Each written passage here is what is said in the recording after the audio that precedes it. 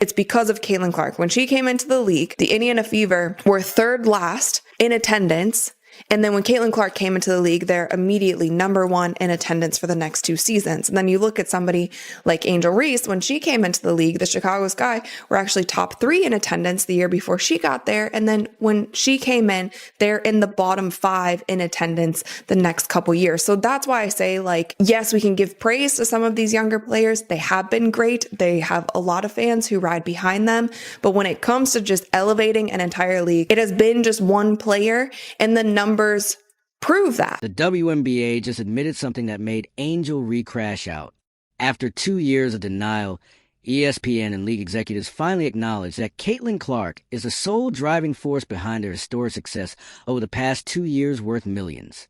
Not Angel Reese, not the veterans who've been complaining about attention, just Clark. While Angel Reese and jealous veterans throw tantrums about recognition, the numbers don't lie. Clark's arrival didn't just boost the Indiana Fever. It saved the entire WNBA from mediocrity. But why do you think it took so long for the league to acknowledge their golden goose? Let me know down in the comments below. Continued to February of 2022. So this was when the capital raise was announced. A capital raise featuring new investors and existing WNBA and NBA owners brought in $75 million that was used to supercharge the WNBA's business growth, including better marketing and more innovation. And this is when we talk about the split, you guys, and why it's very hard for players to get more of a revenue share than what they're asking for. 42% of the WNBA is owned by the WNBA, 42% is owned by the NBA, and 16% is owned by this investor group. Now, looking back at it, you guys, the WNBA was not doing well in 2022. While executives sat in quiet boardrooms discussing survival, they had no idea a college player was about to save their entire league. February 2022 brought desperate conversations across WNBA headquarters. The league needed money fast. They were talking about basic survival, not growth or expansion. The WNBA secured $75 million that month. They sold a 16% equity stake to keep the doors open. This wasn't some victory lap celebration. This was life support for a league that was genuinely struggling to stay relevant. The money was supposed to help with marketing and operations.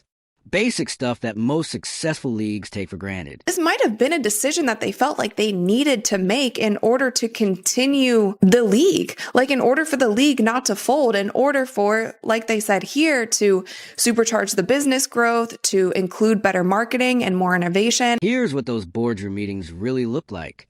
Executives were discussing how to avoid contraction. Some teams were barely drawing crowds. Television ratings were concerning league officials. The NBA had to step in as part of the bailout process.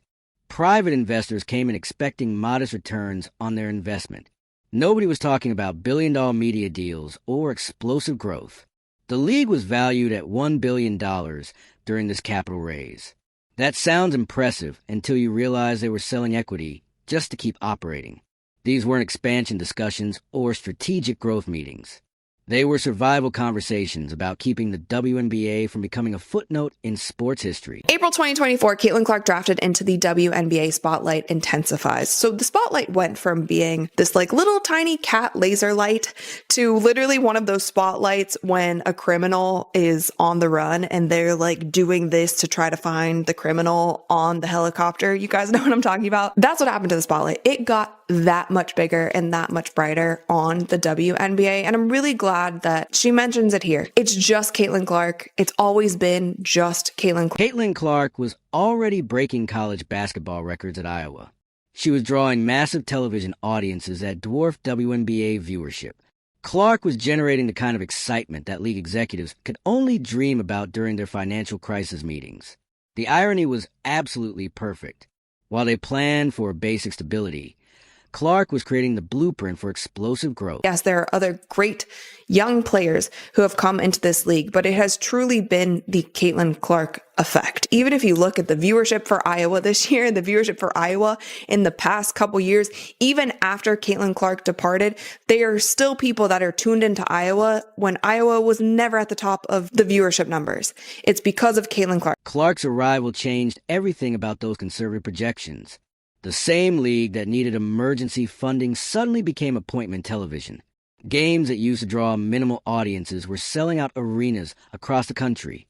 Television networks were bidding aggressively for broadcasting rights instead of treating WNBA games as programming filler. Clark transformed their survival plan into a thriving empire worth billions. The desperate capital raise of 2022 became the foundation for unprecedented success. Those private investors who expected modest returns suddenly found themselves part of a sports entertainment phenomenon. The league that was planning for basic stability became the fastest-growing professional sports property in America.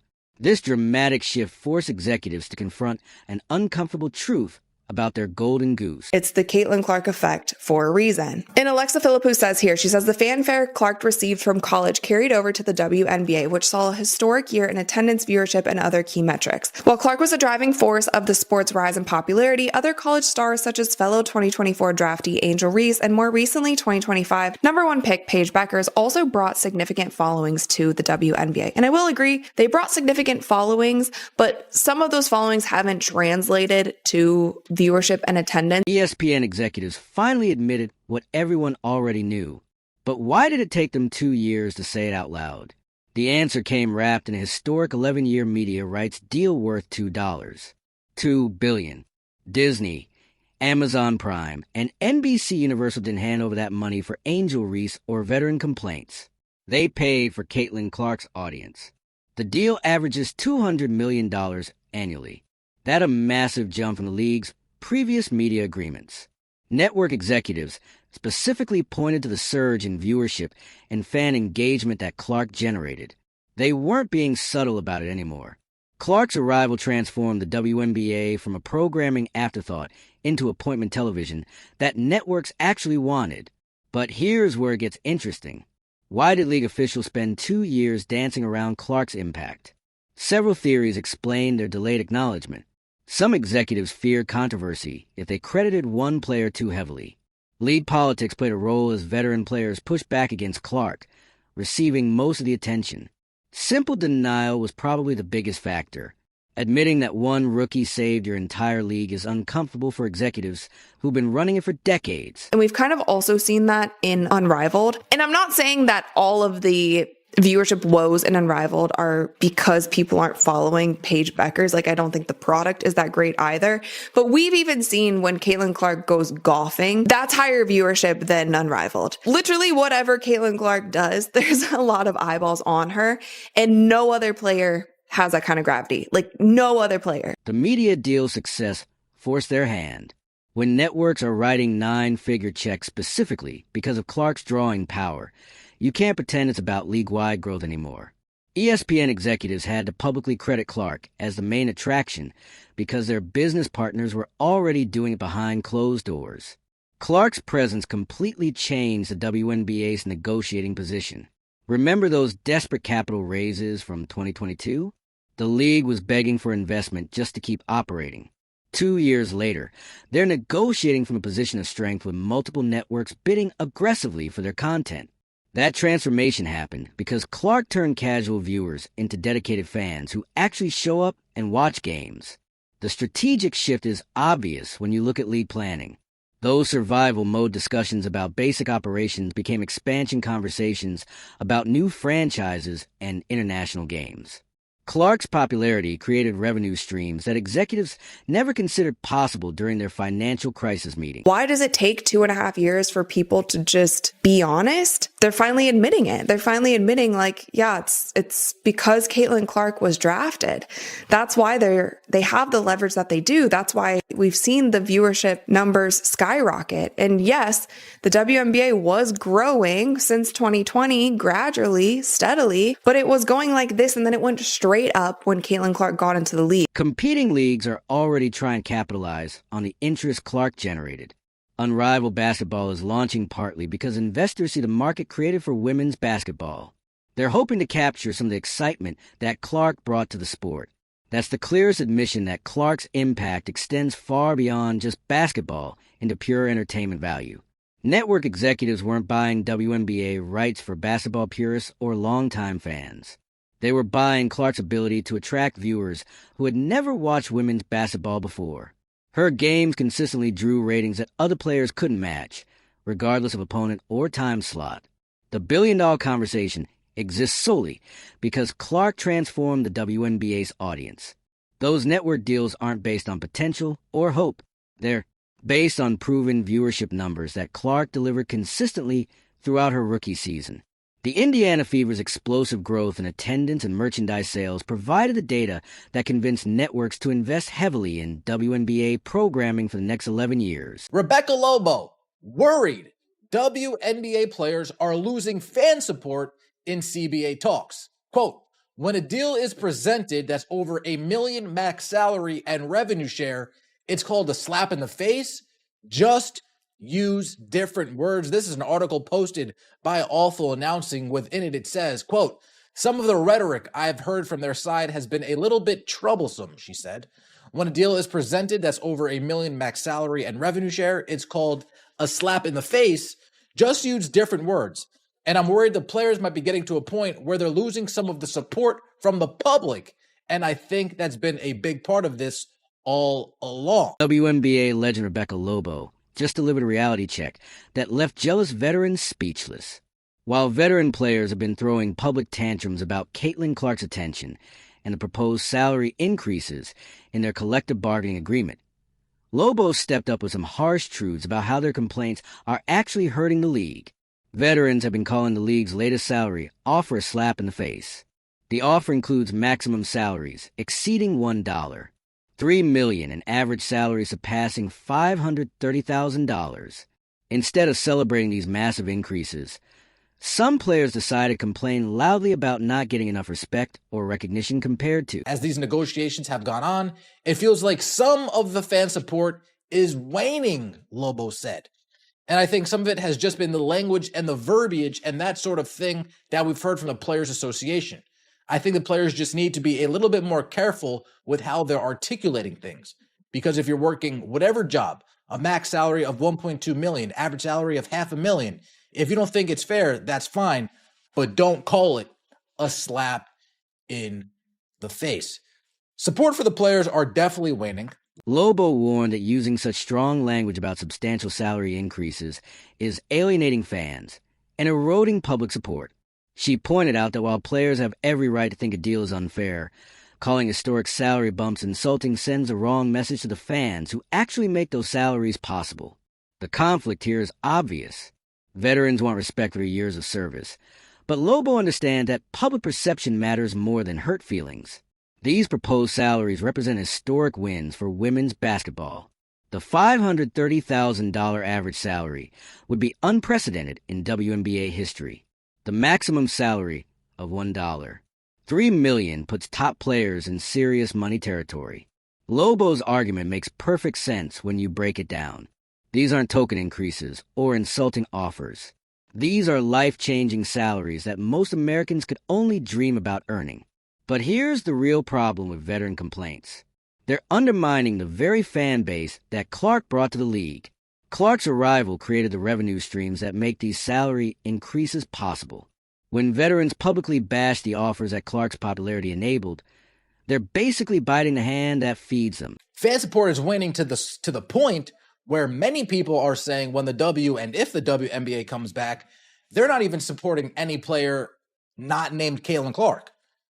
Any player not named Caitlin Clark. Not team, any player not named Caitlin Clark. Yeah, there are a good amount of people that are saying, hey, it's Indiana Fever or nothing as well. I tried to give you guys the benefit of the doubt, but based on how these negotiations have been going, based on how much you have been gaslighting and lying to us, I'm not going to support you guys anymore. Lobo called for better media training and smarter public messaging from players. She wants veterans to think before they speak publicly about league business. Her advice reflects a generational divide in understanding modern sports marketing. Younger fans don't care about veteran grievances. They want to see appreciation for the opportunities that exist because Clark made the WNBA appointment television. Lobo's stance represents practical wisdom that some veterans seem to be missing. Social media amplifies every complaint and negative comment about the league. When players trash substantial salary offers publicly, casual fans start wondering why they should support ungrateful athletes. Lobo understands that protecting Clark's positive momentum requires everyone to be smarter about their public statements. Her message is really about preventing self-destructive rhetoric from hurting the league's growth. Clark brought millions of new fans to women's basketball. Those fans don't want to hear veterans complaining about getting paid more money than most people make in a decade. Lobo wants players to understand that their words have consequences beyond just contract negotiations. This internal conflict proves that Clark's dominance is completely reshaping league dynamics from top to bottom. It's because of Caitlin Clark. When she came into the league, the Indiana Fever were third last in attendance. And then when Caitlin Clark came into the league, they're immediately number one in attendance for the next 2 seasons. And then you look at somebody like Angel Reese. When she came into the league, the Chicago Sky were actually top 3 in attendance the year before she got there. And then when she came in, they're in the bottom 5 in attendance the next couple years. So that's why I say, like, yes, we can give praise to some of these younger players. They have been great. They have a lot of fans who ride behind them. But when it comes to just elevating an entire league, it has been just one player, and the numbers prove that. ESPN just released data that completely destroys the narrative that Angel Reese moves the needle like Clark. The head-to-head comparison between these two players reveals a massive gap in actual market impact that nobody can ignore anymore. While both rookies entered the league with college followings, only one of them actually delivered sustained growth for their franchise and the league overall. Let's break down the attendance numbers first. The Chicago Sky was already a top 3 attendance draw before Angel Reese arrived. After she joined the team, their attendance dropped to the bottom 5 in the league. That's not just disappointing. That's a complete failure to maintain existing fan interest. Meanwhile, the Indiana Fever immediately became the number 1 team in attendance for 2 consecutive seasons with Caitlin Clark. The Fever went from irrelevant to must-see television almost overnight. The viewership data tells an even more compelling story. Clark's games consistently drew higher ratings regardless of opponent or time slot. Her presence on the schedule meant networks could count on solid numbers no matter who the Fever was playing or when a game aired. Reese never generated that kind of consistent viewership poll for Chicago Sky games. There's a lot of eyeballs on her, and no other player has that kind of gravity, like no other player. But over time, it became clear Clark was sort of rising tide that helped lift all boats. Here's where it gets really interesting with the social media engagement and merchandise sales.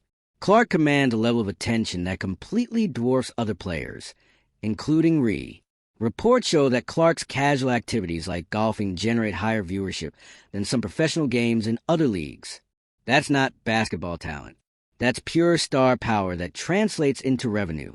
The uncomfortable truth is that Reese's arrival generated initial buzz, but failed to create the kind of market growth that actually matters to league executives. She brought some excitement from her college career at LSU. Fans were curious about how the rivalry with Clark would play out professionally. But curiosity doesn't pay the bills or justify massive media deals. Clark's impact goes beyond her own team's success. ESPN's reporting specifically credits her as the driving force behind the league's historic surge in attendance and viewership across all teams. Her presence lifted the entire WNBA in a way that no other player has managed to replicate. That's the definition of a rising tide lifting all boats.